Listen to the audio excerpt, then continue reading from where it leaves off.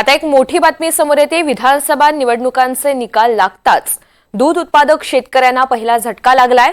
कोल्हापूर आणि सांगली जिल्ह्यातील दूध संघांनी गाय दूध खरेदी दरामध्ये लिटरला 3 रुपयांची कपात केली आहे। गाय आणि म्हशीचं मुबलक प्रमाणात उपलब्ध आहे। इथून पुढे देखील गाय दुधाची उपलब्धता चांगली असेल, परंतु दूध भुकटी आणि लोण्याच्या विक्रीच्या किमतीमध्ये कोणतीही वाढ दिसून येत नाहीये। अशा परिस्थितीमध्ये दूध खरेदी दर कमी करण्याशिवाय दुसरा पर्याय उरलेला नाही, असं सर्वांच्या बैठकीमध्ये एकमत झालेलं आहे। तर या संदर्भातली अधिकची माहिती आपल्याला प्रतिनिधी राहुल कुलकर्णी देणार आहेत। राहुल, आपण पाहतोय विधानसभा निवडणुकांचे निकाल लागताच आता दूध उत्पादक शेतकऱ्यांना पहिला झटका लागलेला आहे। काय अधिकची माहिती?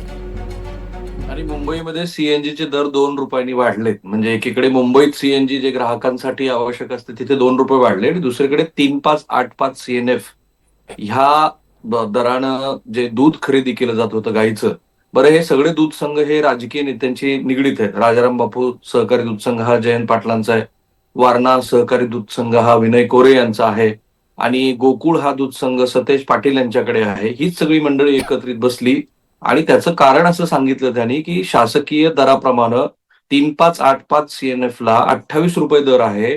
कोल्हापूर आणि सांगली जिल्हा वगळता इतरत्र दूध संघ हे 28-29 रुपयांनीच दूध खरेदी करतात, परंतु कोल्हापूर जिल्ह्यामध्ये मात्र हा 33 रुपये दर होता।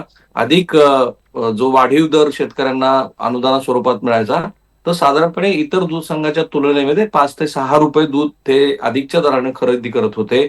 आणि अशा वेळेला बाजारामध्ये स्पर्धा करताना त्यांना अडचण येत होती, कारण दूध असेल किंवा दूधजन्य पदार्थ असतील किंवा दूध भुकटी असेल, हे इतर दूध संघाचे स्वस्त होते आणि यांचे मात्र महाग होते आणि त्यांना उत्पादनामध्ये अधिकचा खर्च करावा लागत होता।